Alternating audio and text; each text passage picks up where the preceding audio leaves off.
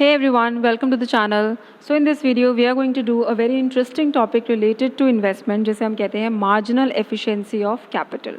Right? In this series, we are doing the theories of income and employment, जिसे हम theories of employment and output भी कहते हैं.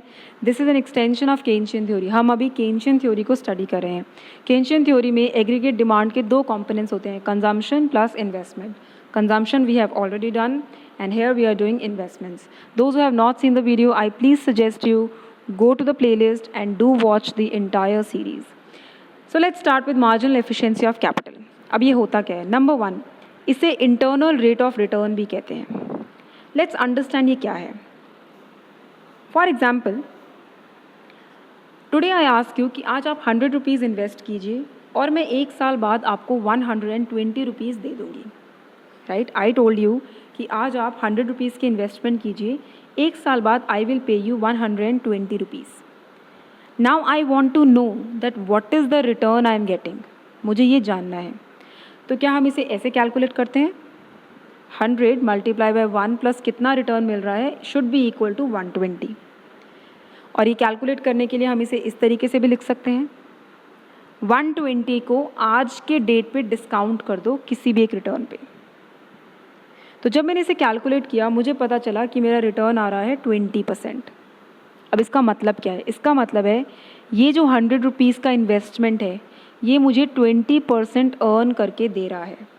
यानी कि इस 100 का हर एक रुपया, each 1 rupee invested is giving me 20 पैसे.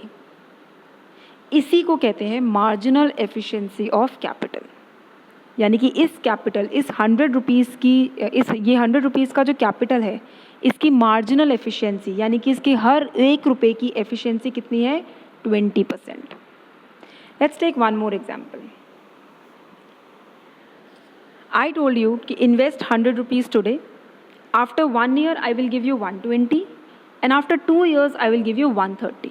अब मैंने इसे थोड़ा कॉम्प्लेक्स कर दिया क्योंकि प्रैक्टिकली इसी तरीके के एग्जाम्पल्स हमारे सामने आते हैं.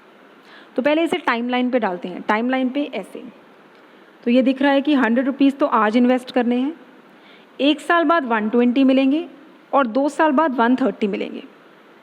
मुझे जानना है कि इस 100 रुपीज़ की MEC यानी कि मार्जिनल एफिशिएंसी ऑफ कैपिटल क्या है. अभी कैसे पता चलेगा? What I am going to do is, ये 120 रुपीज़ को यहाँ पे लेके आऊँगी, एक साल के लिए डिस्काउंट करूँगी, और ये 130 रुपीज़ को 2 साल के लिए डिस्काउंट करूँगी. Here I will discount 120 for 1 year and I will discount 130 for 2 years. फिर मुझे पता चल जाएगा कि ये 100 रुपीज़ कितना रिटर्न मुझे लाकर दे रहे हैं. So can I use this formula? क्या इसे ऐसे लिख सकते हैं? Just like the previous slide. अब यहाँ पे मैंने R की जगह, रेट ऑफ रिटर्न की जगह MEC लिखा है क्योंकि MEC is nothing but interest only. वो एक रेट ऑफ रिटर्न ही होता है. तो 120 को मैंने 1 ईयर के लिए डिस्काउंट कर दिया और 130 को मैंने 2 ईयर्स के लिए डिस्काउंट कर दिया, इसलिए मैंने स्क्वायर लगा दिया. हमें इसे सॉल्व करने की ज़रूरत नहीं है. We just have to understand what is this MEC. ये MEC एक्चुअली में है क्या? ये है marginal efficiency of capital. Clear? So now let's try to define it. अब इसे डिफाइन करने की कोशिश करते हैं. मार्जिनल एफिशिएंसी क्या होता है? ये वो रेट ऑफ डिस्काउंट है, it is that rate of discount जिस पर आने वाली एन्युइटीज़ यानी कि फ्यूचर में जो मुझे पैसे मिलने वाले हैं उनकी प्रेजेंट वैल्यू, उनको जो मैं आज के टाइम पे डिस्काउंट करूँगी वो मेरी अभी की इन्वेस्टमेंट के बिल्कुल बराबर हो जाए. ये वो रेट ऑफ डिस्काउंट है at which the money that I am going to get in future, पूरे फ्यूचर में, पूरी लाइफ टाइम में जो भी पैसे मुझे मिलने वाले हैं, if I want to discount it तो उसकी प्रेजेंट वैल्यू एग्जैक्टली मेरे अभी के इन्वेस्टमेंट के बराबर आ जाए, जिससे मुझे पता चल जाएगा कि ये इन्वेस्टमेंट मुझे कितना रिटर्न लाकर दे रही है. Let's see the example of the previous slide. Previous slide में देखते हैं, मैंने MEC लिया, वो रेट ऑफ डिस्काउंट जिस पे 120 की आज की वैल्यू प्लस 130 की आज की वैल्यू 100 के इक्वल हो जाए. I want that rate of return. I just want to know कि ये 100 रुपीज़ मुझे कितना रिटर्न ला के दे रहे हैं. What is the marginal efficiency of this capital that I am investing. इसी को कहते हैं marginal efficiency of capital. I hope you have understood this. Now let's try to draw it on a graph. देखते हैं marginal efficiency of capital का graph कैसे बनता है. ये आपके सामने एक standard equation, I stands for investment, that is what I am investing, should be equal to are. R यानी कि जो भी रिटर्न मुझे मिल रहा है divided by the marginal efficiency of capital.